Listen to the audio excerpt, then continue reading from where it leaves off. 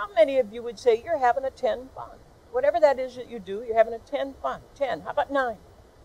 8? 7? How many of you are hoping I don't go any lower than this? You're just glad you had today, right? You know, it's so funny. I got so used to there always being a 10.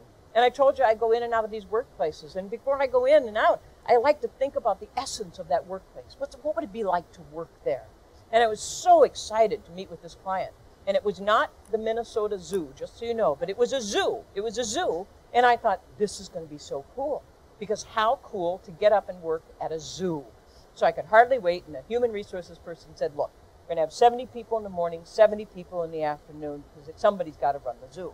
We get to this point, I got 70 people. And I look out of the room and I said, so, who's having a 10 fun? 9. 8. And I began to think maybe the microphone had gone out. I went to the HR person on break. I said, well, that was awkward. And she said, oh, I'm so sorry. I should have warned you. Morale's a little low.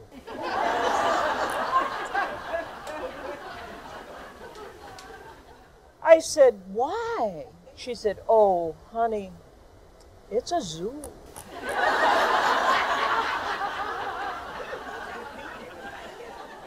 I said, I don't get it. I know we say things like, it's like a zoo around here. And she said, oh, zoos are hard.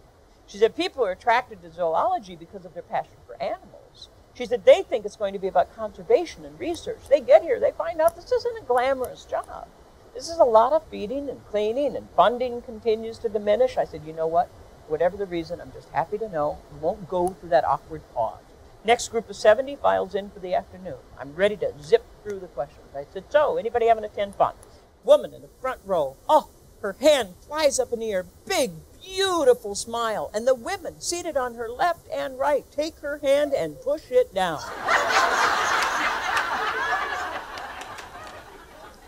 The one woman points to the one that had her hand in the air and she says, she's new.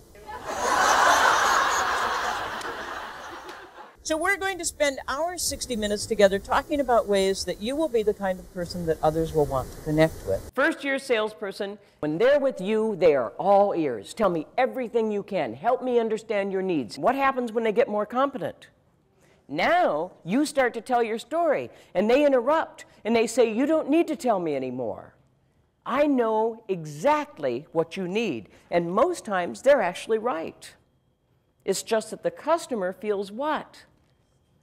Not validated. So how do you hear that same information over and again and still keep it fresh? When we are transactional, we simply show up. No enduring purpose holds the two of us together beyond the transaction. Who said he was tired of going in and out of retail establishments getting the dilly-gad look. Do I look like I give a damn? But transformational. Both leader and led rise to new levels of conduct and their purposes fuse.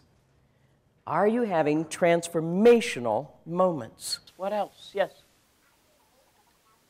She had the opportunity to leave a really tough route that everybody, once they got on it, wanted off of it, and she stayed. Are you serving a purpose, or are you serving a sentence? And, if you will, what's your evidence that she's serving a sentence? What did you hear in that story?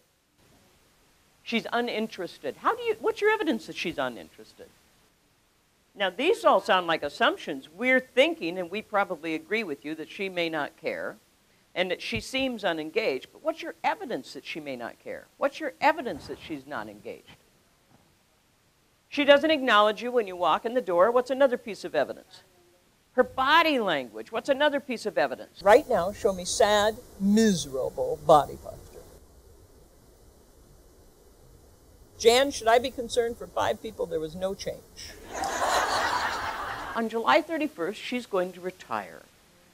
Oh, shoot, I love Susie. And if I'm in town on July 31st, I'll make a point.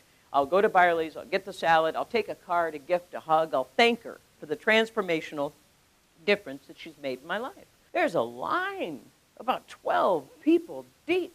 People are going out of their way to come stand in line. How can you bring the best of you to what you do? How can you bring the best of you to your teams, to your customers? How many of you know that on your last day of work, people will go out of their way, make a point to come during a busy day so that they can stand in line to give you a hug, a card, a thank you for the transformational difference you've made in their lives.